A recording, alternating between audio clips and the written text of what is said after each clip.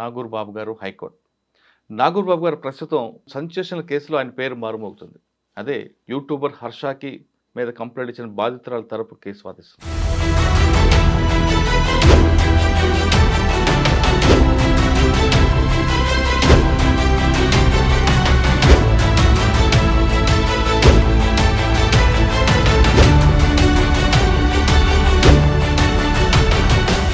ఈ కేసు వెనక పెట్టడానికి కుట్ర ఉందని వాళ్ళు ఆరోపిస్తున్న అందులో వాస్తవం ఎంత ఉంది, నిజంగా బాధితురాలకి ఎంత అన్యాయం జరిగే విషయాన్ని నాగూర్ బాబు గారిని తెలుసుకుంటాం. సార్ నమస్తే అండి. నమస్తే అండి. అమ్మాయి సడన్గా పోలీసులకు రావడం, కంప్లైంట్ ఇవ్వడం, ఇదంతా కూడా 2 కోట్ల విషయం పక్కన పెడదాం. ఓకే, వాళ్ళు ఏమంటారంటే ఇప్పటికే మా మీద 4 నెలల నుంచి అన్ని రకాల ప్రయత్నాలు అయిపోయి ఇది చివరి అటెంప్ట్ రేప్ కేసు అని పెట్టారని వాళ్ళు అంటున్నారు. అసలు మీకు తెలిసిన సమాచారం ప్రకారం బాధితురాలు మీ ఎదురుకు చెప్పారు కాబట్టి ఏ మహిళ కూడా 4 గోడల మధ్య జరిగిన విషయాన్ని బయటకు వచ్చి చెప్పిందంటే నిజంగా జరిగితేనే చెప్తారు తప్ప కావాలని ఏదో 1% 0 ఉంటుంది తప్ప అంత కక్ష కట్టి తన గురించి తన వ్యక్తిత్వాన్ని ముందుకు చెప్పుకోవడం అనేది ఎవరు చేయరండి అప్పని. అవునండి. ఎస్. అమ్మాయి మీ దగ్గరకు వచ్చి ఏం చెప్పారు? ఇప్పుడు ఈ యువ సామ్రాట్ రవి గారికి సంబంధించిన కేసులలో నన్ను కొన్ని మీడియా ఛానల్స్ ఇంటర్వ్యూస్ చేయడం, నేను ఇతనికి సపోర్ట్గా నిలబడి ఎలా తీసుకొని వచ్చాను, ఎంత స్ట్రాంగ్గా ఉన్నాను, నన్ను ఈ కేసులోంచి తప్పించాలని జరిగిన ప్రయత్నాలన్నింటి కూడా తట్టుకొని ఎలా ఉన్నాను అనే దాన్ని వాళ్ళు చూశారండి. సో ఇతర బాధితులు బెట్టింగ్ యాప్ల్లో, ఇల్లీగల్ బెట్టింగ్ యాప్స్లో నష్టపోయిన బాధితులు కూడా కొంతమంది అప్రోచ్ అవ్వడం జరుగుతుంది. ఆ జరిగిన సందర్భంలో వాళ్ళకు కూడా నేను ఎలా సర్వీస్ ఇస్తున్నాను అనేది వాళ్ళు చూశారు. వాళ్ళు వెరిఫై చేసుకొని ఇతని దగ్గరికి వెళ్తే మనకు న్యాయం జరుగుతుంది, మన బాధని, అంటే వీళ్ళు ఇప్పుడు నీ మీద చిన్న ఎలిగేషన్ వస్తేనే నువ్వు దిగజార్చే స్థాయికి నువ్వు వెళ్ళిపోయావే, అలాంటిది నువ్వు ఇంత పెద్ద క్రైమ్ని బయట పెడతారంటే వాళ్ళని ఏ రేంజ్లో నువ్వు ఇబ్బంది పెట్టుంటావండి. సో ఆ ఉద్దేశంతో ఇతని దగ్గరికి వెళ్తే మాకు న్యాయం జరుగుతుందనే ఉద్దేశంతో మన దగ్గర రావడం జరిగింది. వచ్చిన తర్వాత ఏం చెప్పారండి? వాళ్ళిద్దరి మధ్య పరిచయం ఎప్పుడు జరిగింది, ఎందుకు కొంతకాలం ఫ్రెండ్షిప్గా ఉన్న తర్వాత ఈ క్రాక్ అనేది ఎందుకు వచ్చింది? ఇప్పుడు హర్షసాయి అనే అతను మన అమ్మాయికి ఎప్పుడు పరిచయం అండి? హర్షసాయికి 20 జూలై 2022న ఒక మీడియాలో ఉన్నటువంటి ఫేమస్ యాంకర్ తోటి వెళ్ళి మనం ఒక సాంగ్ చేయాలి అనే ప్రపోజల్తో వెళ్ళారు వీళ్ళు. ఫస్ట్ ఈఎంఐ ఎస్టాబ్లిష్మెంట్ ఏంటో కూడా మనం చూడాలి. ఈఎంఐ ఆల్రెడీ 2014 బిఫోర్లోనే ముంబైలో కొన్ని సీరియల్స్లో యాక్ట్ చేసి అండ్ ఇక్కడికి వచ్చిన తర్వాత మన బిగ్ బాస్ కంటెస్టెంట్గా ఉండి అండ్ తను శ్రీ పిక్చర్స్ అనే బ్యానర్ని 2019లో ఎస్టాబ్లిష్ చేసి చిన్న చిన్న వెబ్ సిరీస్లు కానీ ఇవి కానీ చేస్తూ తనతో ఒక సాంగ్ తీయాలి అన్న కాన్సెప్ట్ తోటి వీళ్ళు వెళ్ళడం జరిగింది. ఆ సాంగ్ తీయాలి అనే కాన్సెప్ట్తో ఒక 2-3 సిట్టింగ్స్ ఐటీసీ కోహనూరులో కానీ ఇట్లా స్టార్ హోటల్స్లో జరిగినవి ఉన్నాయి. అవి జరిగిన తర్వాత అంటే మీ క్లయింటే ఆయన దగ్గరకు వెళ్ళారు? ఎస్, ఫస్ట్ ఇనిషియల్గా ఒక యాంకర్ త్రూ తోటి వెళ్ళారు ఈ సాంగ్ ప్రపోజల్ తోటి. ఈలోపు అతను ఇప్పుడు ఒక పేదవాడికి సహాయం చేయాలన్నా కానీ అతను ప్రాపర్ బ్యాక్గ్రౌండ్ వెరిఫికేషన్ చేసుకొని అతని ఫైనాన్షియల్ స్టేటస్ ఏంటి, నిజంగా పేదవాడా కాదా అని బ్యాక్గ్రౌండ్ వెరిఫికేషన్ చేసుకునేటువంటి వ్యక్తి. ఇప్పుడు యూట్యూబ్లో నెంబర్ 1గా ఉన్నటువంటి ఈ హర్షసాయి తన ఫస్ట్ డెబ్యూ మూవీ ప్రొడ్యూసర్ ఎవరైతే అనుకుంటున్నాడో నా దగ్గర ఒక చిన్న లైన్ ఉంది, ఆ లైన్ని మనం డెవలప్ చేసి తీస్తే చాలా బాగుంటుంది అనే కమిట్మెంట్కి రావడానికి ఎంత ప్రాపర్ బ్యాక్గ్రౌండ్ వెరిఫికేషన్ చేసుకుంటారు, వీళ్ళ ఫినాన్షియల్ క్యాపబిలిటీ ఏంటి, వీళ్ళు నేను తీయబోయే సినిమాకి పెట్టుబడి పెట్టగలరా లేదా, నేను డైరెక్ట్ చేసే సినిమాకి పెట్టుబడి ఇవన్నీ బ్యాక్గ్రౌండ్ వెరిఫికేషన్ చేసుకున్న తర్వాతే అతను కమిట్మెంట్లోకి రాగలడు. సో ఈ సాంగ్ ప్రపోజల్ 4-5 సిట్టింగుల తర్వాత దాన్ని వద్దనుకోవటం, తను ఈ స్టోరీ లైన్ మా దగ్గర ఉంది, ఈ స్టోరీ లైన్ మీద మనం వెళ్తే బాగుంటుంది, నేనే డైరెక్ట్ చేస్తాను, స్క్రిప్ట్ నా లైన్ మాత్రమే ఉంది, మన సెట్టింగ్స్లో డెవలప్మెంట్ చేసుకొని దాన్ని తీద్దాము అనే. డైరెక్షన్ చేస్తున్నారండి? హర్షసాయి గారు డైరెక్షన్, ఆయనే డైరెక్టర్, ఆయనే హీరో. లైన్ ఎవరు? స్టోరీ లైన్ కూడా అయింది. కాకపోతే స్క్రిప్ట్ అనేది మనకి ఎలా జరుగుతుందో మనకు తెలిసే డిస్కషన్స్ తోటి అండ్ ఇంకా కొంత టీం కూడా స్టోరీ లైన్ ఉందని ప్రపోజ్ చేశారు. అండ్ వీళ్ళ ఈ 4-5 సిట్టింగ్స్లో ఆయన ప్రాపర్గా బ్యాక్గ్రౌండ్ వెరిఫికేషన్ చేసుకున్నాడు వీళ్ళ ఫినాన్షియల్ క్రెడిబిలిటీ ఏంటి. ఇప్పుడు అతను ఒక స్టార్ అయినప్పుడు ఫస్ట్ టైం డెబ్యూ మూవీకి ఎలాంటి ప్రొడ్యూసర్ని ఎంచుకుంటాడు? ఫినాన్షియల్గా ఎఫర్ట్ చేయగలిగిన వాళ్ళని ఎంచుకుంటాడు. ఇప్పుడు ఏ అలిగేషన్స్ అయితే వస్తున్నాయో వాళ్ళ దగ్గర డబ్బు లేదని కానీ అది కానీ ఇదని, ఇప్పుడు అసలు నువ్వు చూస్ చేసుకునేటప్పుడే నువ్వు ఒక సామాన్యుడికి సహాయం చేయడానికి అంత బ్యాక్గ్రౌండ్ వెరిఫికేషన్ చేసినప్పుడు నువ్వు ఈ రోజున ఒక ఇండియా లెవెల్లో నీకు ఒక స్టార్డమ్ ఉంది, నువ్వు ఒక పెద్ద బ్యానర్ మీదకి ఎందుకు వెళ్ళలేకపోయావు? వీళ్ళ బ్యాక్గ్రౌండ్ వెరిఫై చేసుకొని కన్ఫర్మేషన్ చేసుకున్నావు కాబట్టి నువ్వు కమిట్మెంట్లోకి రావడం జరిగింది. ఓకే. ఈ స్క్రిప్ట్ డిస్కషన్లో భాగంగా అంటే ఒక లైనే ఉంది వీళ్ళ దగ్గర, ఇంకా షూట్ కూడా స్టార్ట్ అవ్వలేదు. ఇతని మెంటల్ కండిషన్ ఆ రోజు ఎలా ఉంది అని అంటే, నేను ఎప్పుడు ఐటీసీ కోహినూర్స్ ఇలాంటి వాటిలోనే స్టే చేస్తూ ఉంటాను. నాకు మీరు అంత ఎఫర్ట్ చేయలేరు కాబట్టి, to be frank I'm telling you, మీరు అంత ఎఫర్ట్ చేయలేరు కాబట్టి నాకు ఒక విల్లా అకామిడేట్ చేయండి, నేను అందులో స్టే చేస్తాను అని అన్నారు. సో ఆ విల్లాని అకామిడేట్ చేయడం జరిగింది. ఎక్కడ విల్లా మన నార్సింగి లిమిట్స్లో వస్తుందండి. ఇప్పుడు ఏదైతే కన్సర్న్డ్ జ్యూరిస్డిక్షన్ కింద వస్తుంది ఆ పరిధిలోనే ఉన్నటువంటి విల్లా. ఓకే. ఆ విల్లాలో అతనికి స్టే ప్రొవైడ్ చేశారు. అతని క్రూ అందరూ కూడా బయట ఎక్కడో ఓఏ రూమ్స్లో అలా స్టే చేసేవారు. అతని కోసం మాత్రమే అతను సింగిల్గా ఉంటానని ఇది అనమాట. అతనికి ఎప్పుడు కొంచెం ప్రైవసీ కోరుకునేటువంటి వ్యక్తి కాబట్టి. ఆ సందర్భంలో తను ఎప్పుడైతే ఈ స్క్రిప్ట్ డిస్కషన్లో తనకి రావాలని ప్రపోజల్ పెట్టడం జరిగింది, తను సింగిల్గానే రమ్మని చెప్పాడు. అండ్ అతను ఎప్పుడు కూడా ఓన్లీ వాట్సాప్ కాల్స్ కానీ లేకపోతే ఇవే మాట్లాడుతుంటాడు. వెళ్ళిన సందర్భంలో వాళ్ళు సిట్టింగ్ డిస్కషన్లో ఆల్కహాల్ కన్జ్యూమ్ చేయటం, తను అన్కాన్షియస్ స్టేజ్లోకి వెళ్ళడం, ఇప్పుడు మనం ఏదైతే మీడియాలో వైరల్ అవుతూ ఉందో జరిగింది అని నా నోటితో చెప్పలేకపోతున్నాను, కానీ ఆ సంఘటన అక్కడ జరగటం, దాని తర్వాత అవి అతను చిత్రీకరించడం కూడా జరిగింది అనమాట. ఆ సంఘటన డే టు టైం గుర్తుందా? ఉన్నాయండి. ఓకే. యా. రైట్. తర్వాత వీడియో తీశాడు, అది తీసి పెట్టుకున్నాడు. తర్వాత తనకి చూపించడం కూడా జరిగింది. ఓకే. ఆ చూపించిన సందర్భంలో తను డిఫెండ్ చేయటం, వీళ్ళిద్దరి మధ్య ఫైట్ జరగడం, హాస్పిటల్కి వెళ్ళటం, అతనికి కూడా చేతికి ఎక్కడో ఇంజ్యూర్ అయిపోయి ఇప్పుడు హాస్పిటల్ రికార్డ్స్ సీసీటీవీ ఫుటేజ్ కూడా మన పోలీసులు తీసే పనిలో ఉన్నారన్నమాట. అంటే ఒక ఫైట్ జరిగిన తర్వాత అతను ఇక వీళ్ళు లీగల్గా ఎక్కడ ప్రొసీడ్ అవుతారో అన్నటువంటి భయంతో ఇమేజ్ ఎక్కడ పాడవుతుందో, అంటే ఆ విషయాన్ని అప్పటికి సప్రెస్ చేసేసేయాలి, కూల్ చేసేయాలి అనే ఉద్దేశంతో ఎవరైనా సరే ఒక సెటిల్మెంట్ కానీ లేకపోతే ఇట్లా మనం ఏదో ఒక ప్రపోజల్ కానీ తీసుకొని వచ్చే పరిస్థితులు ఉంటూ ఉంటాయి. ఆ పరిస్థితుల్లో వాళ్ళ నాన్నగారికి తను కాల్ చేయటం, ఈ సందర్భాన్ని ఆయనకి ఎక్స్ప్లెయిన్ చేయటం, ఈ సందర్భంలో వాళ్ళ నాన్నగారు మీ ఇద్దరు ఒక స్టార్డమ్ ఉన్నవాళ్ళు, ఇద్దరికి మీరు ప్రొడ్యూసర్గా ఉంటున్నారు, నెక్స్ట్ హర్షకి మంచి ఇది ఉంది, మీ లైఫ్ బాగుంటుంది అన్న ఉద్దేశంతో మ్యారేజ్ ప్రపోజల్ అనేది తీసుకొని రావటం. ఈ మ్యారేజ్ ప్రపోజల్కి వచ్చిన తర్వాత తనను పూర్తిగా ఆ అమ్మాయి విశ్వసించడం, ఆ విశ్వసించిన దగ్గర నుంచి అతను ఏ ఇంటెన్షన్లో ఉన్నాడో మనకు తెలియదు. బట్ మ్యారేజ్ ప్రపోజల్ అయితే అప్పటికప్పుడు విషయాన్ని సర్దుమలచగలిగారు. ఆ తర్వాత స్క్రిప్ట్ అనేది డెవలప్ అవ్వడం, స్క్రిప్ట్ రైట్స్ అన్నీ వీళ్ళకి ఇవ్వడం, దాన్ని రిజిస్టర్ చేయించడం. అసలు వీళ్ళు ప్రొడ్యూసర్సే కాదన్న ఫస్ట్ ఎలిగేషన్ అంటే వీళ్ళు ప్రొడ్యూసర్ కౌన్సిల్ మెంబర్షిప్పే లేదన్న. ఆ సర్టిఫికేట్ మీకు తీసుకొని వచ్చాను, అసలు స్క్రిప్ట్ వీళ్ళ పేరు మీద లేదే అన్నారు. ఆ సర్టిఫికేట్ అవన్నీ కూడా ఎప్పుడు రిజిస్టర్ చేసిన కూడా డాక్యుమెంట్స్ మనకి ఏదైనా కాంక్రీట్ ఎవిడెన్స్ ఉండాలి కదా, చేసి తీసుకొని వచ్చాను. సో ఈ డిస్కషన్స్లో కూడా మన సినిమా 100 కోట్లు నాకున్న స్టార్డమ్కి రామ్ చరణ్ ఏం సరిపోతాడు, ప్రభాస్ బాహుబలి ఏం సరిపోతుంది, 1000 కోట్లకి వెళ్తుంది అనే ఆలోచన ఇప్పుడు ఈ 1 ఇయర్లో షూట్ చేసుకున్నారు దీన్ని. అంటే షూట్ చేసుకుని 1 ఇయర్ డ్యూరేషన్ ఏదైతే ఉందో టీజర్ ఎంత గ్రాండ్గా రిలీజ్ చేశారు. ఆ టీజర్కి 10 మిలియన్ వ్యూస్ వచ్చే పరిస్థితి కూడా మనం చూసాం. ఆ టీజర్ ఒకసారి ఫుటేజ్ ఉంటే మీరు చూడండి, ఎంత గ్రాండ్గా రిలీజ్ చేశారు. దాని సెట్స్ కానీ అండ్ షూటింగ్ చేసిన విధానం కానీ, అది కూడా బ్లూ మ్యాట్ కాదు, ఆ లొకేషన్స్ ఫొటోస్ అవన్నీ కూడా చూసాం అనమాట. అంత గ్రాండ్గా చేసి ప్రొడ్యూసర్స్ అంత నిన్ను నమ్మి, ఆ ఫీమేల్ ప్రొడ్యూసరు నువ్వు ఇచ్చిన కమిట్మెంట్ని నమ్మి నా ఓన్ అనుకొని, ఎప్పుడైతే తన కమిట్మెంట్ ఇచ్చాడో నా భర్త అనుకునే భావనలోనే ఉంటుందన్నమాట. ఆ భావనలో తను ఎంత పెట్టుబడి నీ మీద ఇన్వెస్ట్ చేసి నేను అంత గ్రాండ్గా ఇంట్రెస్ట్ చేయాలన్నటువంటి చేసి అంత ఎలివేషన్ ఇస్తే, ఎప్పుడైతే నీకు ఈ 100 కోట్ల మార్కెట్ వస్తుంది, 1000 కోట్ల మార్కెట్ వస్తుంది అనే నమ్మకం నీకు కలిగిందో, నువ్వు ఈ పెళ్లి ప్రపోజల్ని పక్కన పెట్టేసేసి నాకు ఆ కాపీ రైట్స్ ఇస్తేనే నేను చేసుకుంటాననే థాట్లోకి నువ్వు వచ్చేసేసావు. అంటే ఆ 100 కోట్లు కానీ 1000 కోట్లు కానీ అతనికి ఏ పోర్ట్రైట్ అయితే తన మైండ్లో ఉందో దాన్ని గ్రాప్ చేయాలనుకుంటే ఉద్దేశం అతనికి ఉందనేది మనకు క్లియర్గా అర్థమవుతుంది. సార్ మీరు 50 lakhs అని పెడుతున్నారు అంటే సెట్టింగ్కి టీజర్ కానీ ఖర్చు లేదండి, ఖర్చు కాదు, అతనికి క్యాష్ రూపంలో అడ్వాన్స్. ఆయనకే కోట్లు ఉన్నాయని చెప్తాడు కదా. ఆయనకు కోట్లు ఉంటే ఆయనే సినిమా తీసుకోవచ్చుగా, వీళ్ళు ఎందుకు ప్రొడ్యూసర్స్? 50 లక్షలు అమ్మాయి క్వశ్చన్ చేయొచ్చు కదా, నువ్వే కోటిస్తాడు కదా. ఒకటి అంటే ఇప్పుడు మీరు చెప్పిన దాని ప్రకారం నేను ఒక బార్బర్ని మిలీనియర్ని చేశాను అంటారు కదా, అట్లాగే ఒక ఏమీ లేనటువంటి ఇండస్ట్రీలో ఒక మహిళని నేను 100 కోట్ల ప్రొడ్యూసర్ని చేశారని పోర్ట్రైట్ ఉందంటారా?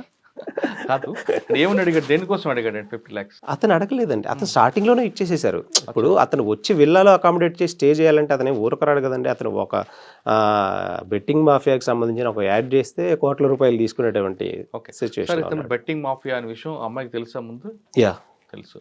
మరి అటువంటి వ్యక్తితో రిలేషన్ ఎందుకండి? సినిమా తీయడం ఎందుకు? సినిమా తీయాలనుకుంటే చాలా మంది ఉంటారు కదా. బెట్టింగ్ మాఫియా అంటే ఆ రోజున ఇంత అవేర్నెస్ లేదండి బెట్టింగ్ దాని గురించి. ఓకే. ఆ కాల్ కాన్వర్జేషన్స్ కూడా కొన్ని ఉన్నాయి వాళ్ళిద్దరి మధ్య, దాని మధ్య కూడా గొడవ జరిగిన సందర్భం ఉంది. ఆ రోజు ఇన్సిడెంట్ జరిగింది, వెంటనే పోలీస్ కంప్లైంట్ ఇచ్చుంటే చాలా బాగుండేది కదా, అమ్మాయికి కూడా సేఫ్గా ఉండేది కదా. ఇంకా ఇప్పుడు చాలా సిమిలర్ కేసెస్లో ఇలాగే జరుగుతుంది. 1 year తర్వాత ఎందుకు ఇచ్చారు, 1 year తర్వాత ఎందుకు ఇచ్చారు అని. ఇప్పుడు అదే క్వశ్చన్ మనం కొన్ని ఇన్సిడెంట్స్ చూసామండి. ఒక అమ్మాయిని వివస్త్రత చేసినటువంటి ఫోటో రిలీజ్ చేస్తేనే ఆత్మహత్య చేసుకునే పరిస్థితుల్లోకి వాళ్ళు వెళ్తున్నారు. ఎన్ని సందర్భాలు మనం చూడడం లేదు? ఎవరో ఏదో ఒక వీడియో పెట్టేసేస్తాడు.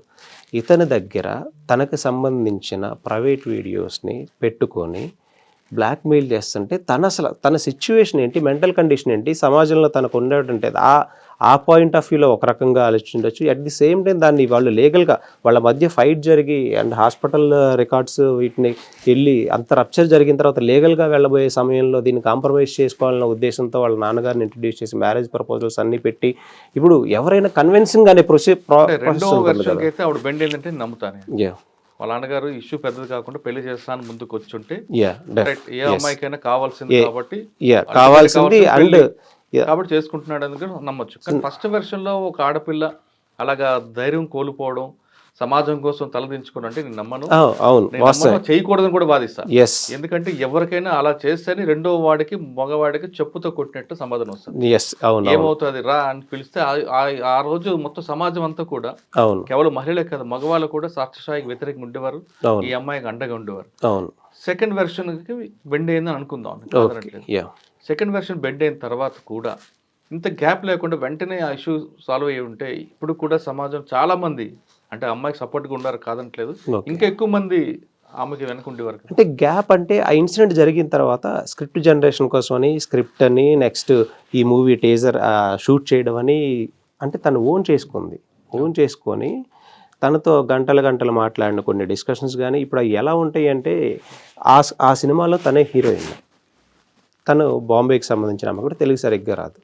ఇతను ఒక సందర్భాన్ని ఇస్తాడు ముందు, ఆ సందర్భాన్ని ఇచ్చి ఇన్ కేస్ ఇలా వస్తే నువ్వు ఎలా యాక్ట్ చేస్తావు అన్నప్పుడు కొన్ని తీసుకున్నటువంటి మాటలు, ఇంకా కొన్ని వీళ్ళకి రప్చర్ జరిగినటువంటి మాటలు, ఇంకా కొన్ని అతనికి పాన్ ఇండియాలో ఇంగ్లీష్ని తెలుగు తమిళ్ కన్నడలో డబ్బింగ్ చెప్పే టెక్నాలజీస్ అన్నీ తెలుసు కాబట్టి కొన్ని వాయిస్ మాడ్యులేషన్స్ తోటి తను డే 1 నుంచి ఇన్ కేస్ తను రియాక్ట్ అయితే నేను ఎలా డిఫెండ్ చేసుకోవాలన్న ఉద్దేశంతో ఇంటెన్షనల్గా అన్ని రికార్డ్ చేసి ఫ్యాబ్రికేట్ చేసి పెట్టుకోవడం. అది కోర్టు పరిధిలో నిజమా కాలా అని తేల్చాలి. అంటే ఇప్పుడు ఈ కొద్ది రోజుల క్రితం హర్ష సాయి ఒక 2 ఆడియో రిలీజ్ చేశారు. ఆడియో క్లిప్లో ఫస్ట్లో ఆ అమ్మాయి ఇతన్ని ప్రేమించమని వెనక్కి పడుతున్నట్లుగా ప్రోక్ చేస్తున్నట్లుగా జీవితాంతం నువ్వు ఇలా ఎంతకాలం ఉంటావరా అనే ఒక ఆడియో వచ్చింది బయటికి. ఓకే, అంటే అమ్మాయికి చెప్పిందా లేదా హర్ష సాయి ప్రీ ప్లాన్డ్గా ఇటువంటి సన్నివేశం వస్తే ఎలాగ మన వాయిస్ డబ్బింగ్ చెప్పాలని ఆమెతో చెప్పించుకున్నాడా? అది ఎలా చేశాడు అనేది మీకు ఆల్రెడీ క్లియర్గా అర్థమవుతుంది. ఏ అబ్బాయి అయినా ఒక అమ్మాయి అంతసేపు మాట్లాడుతుంటే అని నవ్వుతూ ఉండడు. మీరు అబ్జర్వ్ చేయండి, ఏ అబ్బాయి అయినా సరే సేఫ్ సైడ్ గా తనకి ఏం కావాలి, ఎలా కావాలి, ఏ సందర్భాన్ని రికార్డ్ చేసుకోవాలి, దేన్ని మోడలేట్ చేయాలి, ఏ టెక్నాలజీతో చేయాలి, ఇన్ కేసు వాళ్ళు రేపు ఫ్యూచర్లో ఏదైనా చేస్తే నేను ఎలా డిఫెండ్ చేయాలనే ఉద్దేశంతో చేసి ఇంటెన్షనల్ క్లియర్ అవుతుంది. అండ్ కంప్లైంట్ కాపీలో వీటిని క్లియర్గా వివరించాం. ఇవన్నీ సెకండ్ ఆడియో క్లిప్ లో వైన్ షాప్ ఇష్యూ ఉంటుంది. ఆ ఇష్యూలో మనం ముందుకు వెళ్ళాలి, నా వయసు తక్కువ ఉంది, నేను దానికి చేయలేకపోతున్నాను, నాకు వయసు అడ్డపడుతుంది అంటే అమ్మాయి మాట్లాడుతున్నట్లుగా ఒక ఆడియో క్లిప్ వచ్చింది. ఆ ఆడియో క్లిప్ క్రెడిబిలిటీ ఏంటండి? ఎవరు జడ్జ్ చేయగలరు? అది ఫ్యాబ్రికేటెడా లేకపోతే ఎఫ్ఎస్ఎల్ పంపిస్తే వస్తుంది. ఆ క్రెడిబిలిటీ కూడా నువ్వు ఏదన్నా ఉంటే కోర్టు పరిధిలో మేము ఆల్రెడీ కంప్లైంట్ కాపీలో మెన్షన్ చేసాం. నువ్వు కోర్టు పరిధిలో దాన్ని సబ్మిట్ చేసుకోవాలని నెసెసిటీ ఉంది. కానీ నువ్వు అబ్స్కాండెడ్గా ఉండి నువ్వు ఎక్కడో కూర్చొని ఏదైతే కంప్లైంట్ కాపీలో మెన్షన్ చేసామో ఎఫెన్స్ ఇప్పుడు ఈ క్లిప్పింగ్స్ ఈ వీడియోస్ పెట్టుకొని ఇతను ఇన్ఫ్లుయెన్సర్స్ అందరినీ ఐటీసీకి పిలిపించుకొని ఇప్పుడు వీళ్ళు ఎప్పుడైతే ఇవ్వరన్నారో కాపీ రైట్స్, వీళ్ళ మీద ఒక బ్యాడ్ ప్రాపగండా చేయటం, వీళ్ళకి వచ్చే ఇన్వెస్టర్స్ అందరికీ వీళ్ళ పర్సనల్గా పిలిపించుకొని కూర్చోబెట్టి వీళ్ళు లాంటి వాళ్ళు అలాంటి వాళ్ళు అది ఇది రూమర్స్ క్రియేట్ చేయటం. అంటే ఆయన versionలో ఏం చెప్తున్నాడంటే అంటే ఆయన కాకుండా వాళ్ళ మనుషులు అమ్మాయి బ్యాక్గ్రౌండ్ ఎవరైతే బాలచంద్ర ఉన్నారు ప్రొడ్యూసర్, ఇద్దరు బ్యాక్గ్రౌండ్ తెలుసుకున్నాం, వాళ్ళకి ఫైనాన్షియల్ గా చాలా వీక్, నా కాల్ షీట్ చూపించి డబ్బులు తీసుకుంటున్నారు, అప్పులు తెచ్చుకుంటున్నారు కాబట్టి నేను ఆ డీల్ ని బ్రేక్ చేశానని చెప్తున్నాడు. ఓకే అండి, మీరు చెప్పిన దాని ప్రకారం బ్యాక్గ్రౌండ్ వెరిఫై చేశా అన్నారు. ఏ స్టేజ్లో చేయాలంటే బ్యాక్గ్రౌండ్ వెరిఫికేషన్ స్టార్టింగ్ చేయాలి. మరి why this person has stayed in that villa for 1 year? ఆ విల్లాలో ఎందుకు 1 year ఉన్నాడు? టీజర్ వరకు ఎందుకు ఉన్నాడు? ఎందుకు వీళ్ళిద్దరి మధ్య ఘర్షణలు జరిగినాయి? ఎందుకు హాస్పిటల్ రికార్డ్స్లో ఇతని పేరు ఎంట్రీ సీసీటీవీ ఫుటేజ్లో మేజర్ గాయంతో బయటకు వచ్చాడు? ఎందుకు ఆ విషయాన్ని సప్రెస్ చేసి పెట్టాడు? ఇది ఈ 1 year ట్రావెల్లో ఎంతో రప్చర్ జరిగిపోయి అల్టిమేట్గా బరస్ట్ అయినటువంటి విషయం. సో ఎవరి వాదన వాళ్ళకి డెఫినెట్గా ఉంటుంది. ఇప్పుడు వాళ్ళ వర్షన్ ఏంటంటే ఈయన కడిగిన ముత్యం అంటారు, ఈయన శ్రీరామచంద్రుడు అంటారు. నేను ఐఎమ్ యాక్సెప్టింగ్ దట్. ఎందుకంటే కాయిన్కి ఒక సైడే మనం ఇప్పటివరకు చూసాం, కానీ ఇంకొక సైడులో తనని చిన్న ప్రశ్నిస్తే జీవితాన్ని ఎలా సర్వనాశనం చేయగలడో ఆల్రెడీ ఒక చిన్న విషయంలోనే మనం అబ్జర్వ్ చేసాం. అలాంటిది మేజర్, ఇప్పుడు అతని మీద వచ్చేటువంటి మేజర్ ఏదైతే రాబోతుందో దాన్ని డిఫెండ్ చేయడం కోసం ఎంత ప్రీ ప్లాన్డ్గా, ఎంత వీళ్ళని మానసిక వేదనలకు గురి చేసి, ఎంత సమాజంలో వీళ్ళని దుష్ప్రచారాలు చేసి ఉంటారండి. ఆ స్థాయిలో ఉన్నటువంటి గ్యారంటీ లేదు. అంటే ఇప్పటి వరకు ప్రజల్ని మనం ఏ రకంగా ఏదైతే ఇలా ఫేమ్గా శ్రీరాముడుగా చూపిస్తున్నామో సడన్గా మనం రావణాసుడు అంటే యాక్సెప్ట్ చేసే పరిస్థితులు కూడా ఉండదు. ఎందుకంటే ఆ కోణాన్ని ఎప్పుడు చూడలేదు. కానీ దగ్గరగా చూసి అతని వేధింపులకు గురైన ప్రతి ఒక్కరికి దాన్ని తెలుసు. ఈరోజు మీడియా సమక్షంలోకి వస్తున్నాయి కాబట్టి వెలుగులోకి దీన్ని ప్రజల్లోకి జరుగుతున్న తర్వాత కూడా ఆయన ఫాలోవర్స్ ఇప్పుడు చాలా మంది మహిళలు ఉంటారు కదా, వాళ్ళకైనా కనువిప్పు కలిగిందా? ఇంకా వాళ్ళు గుడ్డుగా ఆయన్ని నమ్ముతున్నారు చాలా మంది ఇన్ఫ్లుయెన్సర్ కానీ చాలా మంది. అంటే మీకు అతని మార్కెటింగ్ టాక్టిక్స్ అనేవి కొన్ని ఉన్నాయి. ఇప్పుడు మేము ఒక చిన్న సందర్భం చెప్తాము. ఈ రవి అనే వ్యక్తిని ఒక ఛానల్ ఇంటర్వ్యూకి పిలిచారండి, నన్ను కూడా రమ్మన్నారు. వెళ్ళాను. ఇంటర్వ్యూ కనీసం రిలీజ్ కూడా అవ్వాలి. రిలీజ్ అవ్వక ముందే లైవ్లో ఉన్నారు కదా? కాదు, లైవ్లో కాదండి, రికార్డెడ్ అది రేపు రిలీజ్ అవుతుంది. రిలీజ్ అవ్వక ముందే ban so and so TV support అని తిడుతూ దాదాపు ఇంగ్లీషు, హిందీ, తమిళ్ అన్నిట్లో SMM ప్యానెల్స్ నుంచి కామెంట్స్ పెట్టించేయడం జరిగాడు. జనరల్గా ఈ సైబర్ క్రైమ్ కూడా, ఇది కూడా ఒక సైబర్ క్రైమ్. అసలు రిలీజే అవ్వలేదు, నువ్వు బ్యాన్ సో అండ్ సో అంటే ఏ రకంగా నువ్వు మీడియా సంస్థల మీద కూడా దాడికి దిగుతున్నావు? నీ గురించి అగ్నెస్ట్గా కంటెంట్ పెట్టాలంటే వాటిని రిపోర్ట్ కొట్టించి ఇలా కామెంట్స్ పెట్టించి వాళ్ళని మ్యానిపులేట్ చేయగలిగేటువంటి సిస్టమ్ నువ్వు జనరేట్ చేసి పెట్టుకున్నావు. ఇప్పుడు కూడా మేము కంప్లైంట్ కాపీలో ఏదైతే మెన్షన్ చేసామో, నువ్వు ఆ అమ్మాయి తన వేదనని కంప్లైంట్ కాపీలో మెన్షన్ చేసింది ఇలా చేస్తున్నాడు అని, దాన్ని నేను పబ్లిక్ డొమైన్లో పెట్టి తన ప్రైవసీకి వీరంటికి భంగం కలిగిస్తూ నువ్వు ఏదైనా అంటే కోర్టుకు రండి. ఇప్పుడు ఈ ఎలిగేషన్స్లో ఇప్పుడు మేము సిపి గారిని కూడా ఆ విషయం మీద కలవడానికి వెళ్తున్నాం అనమాట. ఎందుకంటే పబ్లిక్ డొమైన్లో దాని అథెంటిసిటీని చెక్ చేయకుండా ఎక్కడెక్కడో వచ్చినటువంటి క్లిప్పింగ్స్ అన్నిటిని యాడ్ చేసినవి కొన్ని ఉన్న సందర్భాలన్నింటినీ కోర్టు పరిధిలో ఉంచాలి, కానీ ఇతని పబ్లిక్ డొమైన్లో పెట్టేసేసుకొని ఆడియోస్ అది ఇది అని చేయటం. అండ్ నాకు తెలియకుండా ఒక CCTV ఫుటేజ్ అయితే వచ్చింది. నేను దాన్ని ఇంకా మీరు ఎలాంటి ఆడియోస్ కానీ మనం ఏదైనా ఉన్నా కానీ పోలీసు వారికి విట్నెస్ మన స్టేట్మెంట్స్తో పాటు వీటిని సబ్మిట్ చేయాల్సిన నెసెసిటీ ఉంది. పబ్లిక్ డొమైన్స్లో ఇవ్వడం వల్ల దానివల్ల యూజ్ ఏంటి?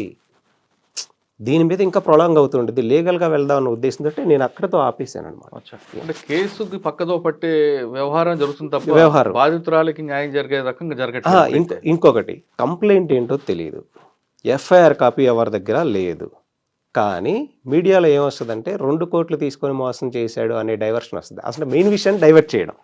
ఆ లీక్ ఎవరు ఇస్తారు? అతని మనుషులే ఇస్తారు. అటెన్షన్ డైవర్షన్ చేయడం కోసం, అంటే మెయిన్ ఇష్యూని సర్ప్రైజ్ చేయడం కోసం. ఇప్పుడు కొన్ని మీడియా ఛానల్స్కి అయితే డైరెక్ట్గా చెప్పేస్తున్నారు, కవర్స్ వస్తూ ఉన్నాయి. కొంతమంది పెయిడ్ ఆర్టిస్టులు తీసుకొచ్చి పెట్టించారు. అంటే అతని క్రిమినల్ మైండ్ సెట్ అనేది ఇంకా యాక్టివేషన్లోనే ఉండి ఎక్కడో ఉండి ఆపరేట్ చేస్తూ ఉన్నాడు. నిన్న మనం ఒక కాల్ చూసాం, నాన్వేషణ అనే పర్సన్ తోటి మాట్లాడి నా గురించి వీడియోలు పెట్టొద్దు అంటాను.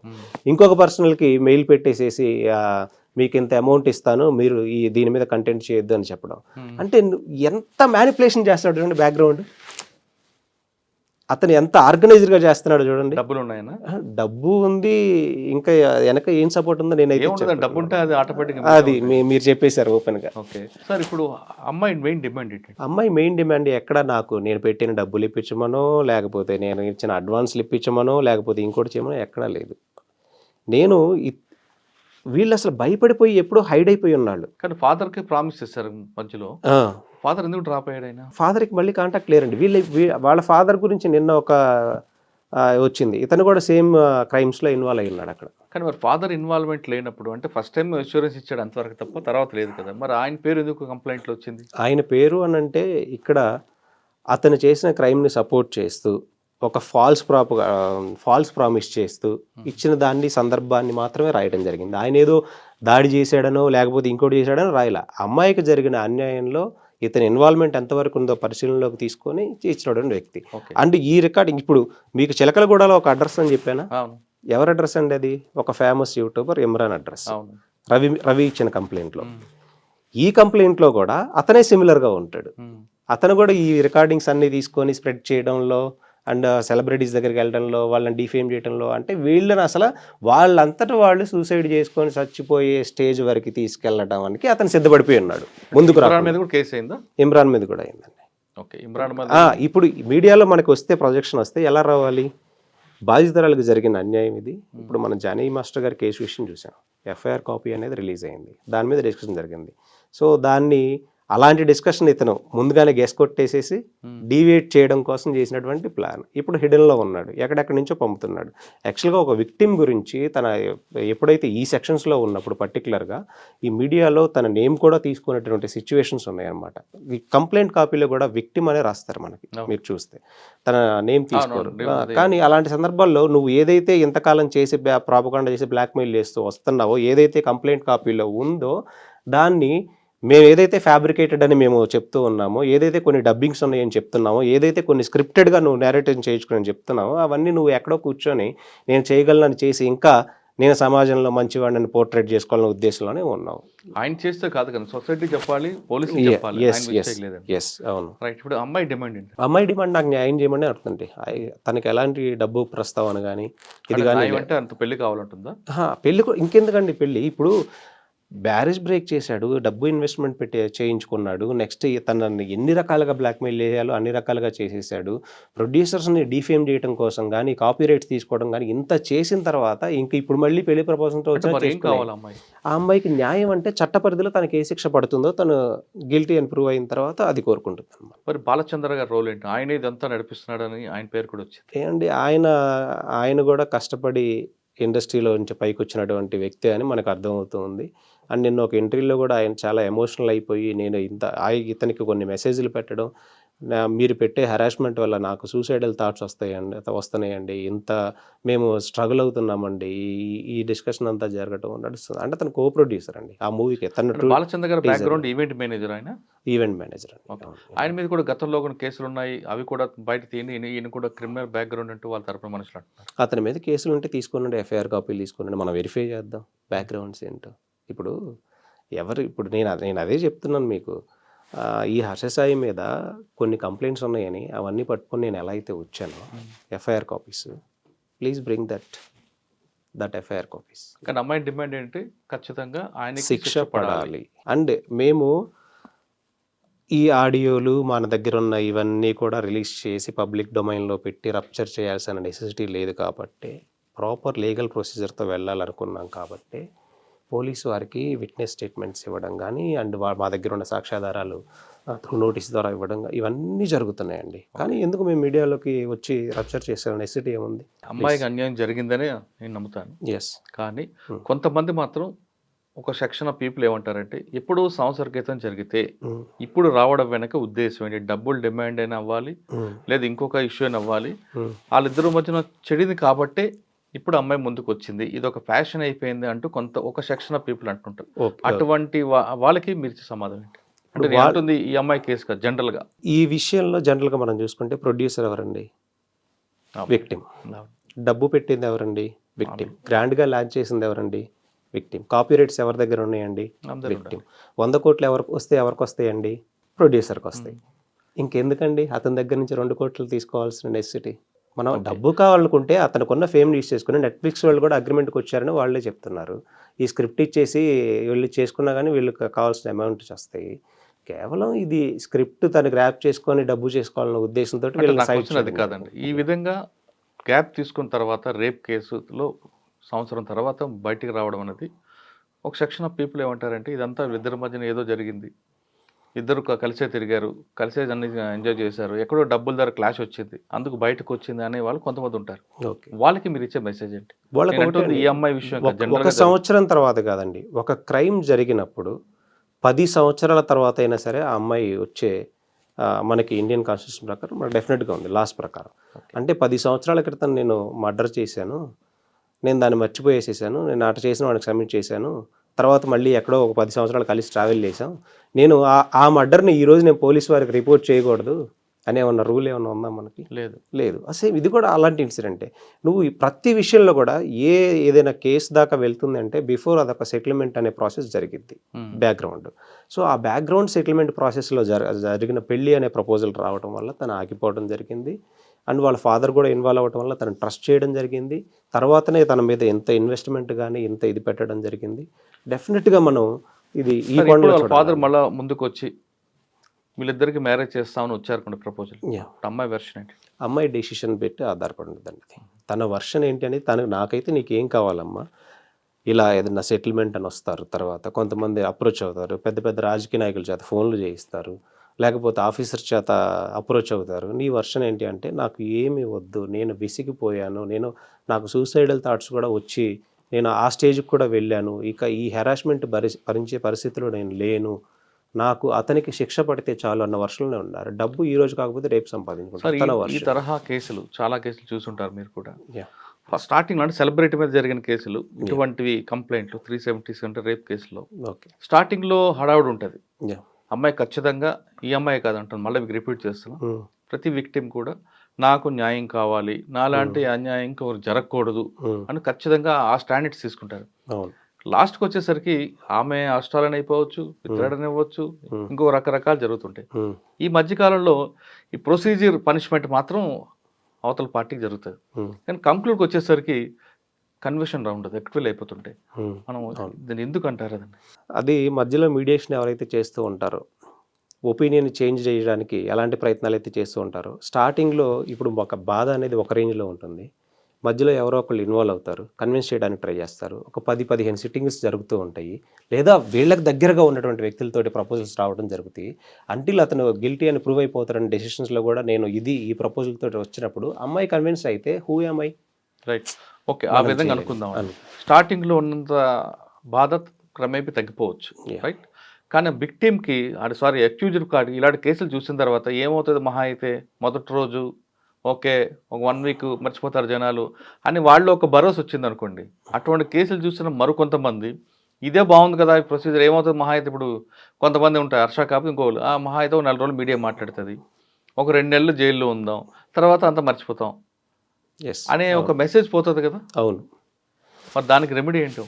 దానికి రెమెడీ అంటే ఆ అమ్మాయి మనస్తత్వాన్ని మనం డిపెండ్ అయి ఉంటుందండి. అమ్మాయి ఎంత స్ట్రాంగ్‌గా ఉంటుందనే దాన్ని బట్టి డిపెండ్ అయ్యింది. దానికి రెమెడీ చెప్పడానికి నా దగ్గరైతే ఎలాంటి ఆన్సర్ లేదు. ఎందుకంటే సెటిల్మెంట్ చేసుకునే ఉంటాయి ప్రాసెస్‌లు. ఈ రోజు ఉన్న భావన 10 సంవత్సరాల తర్వాత ఉండకపోవచ్చు.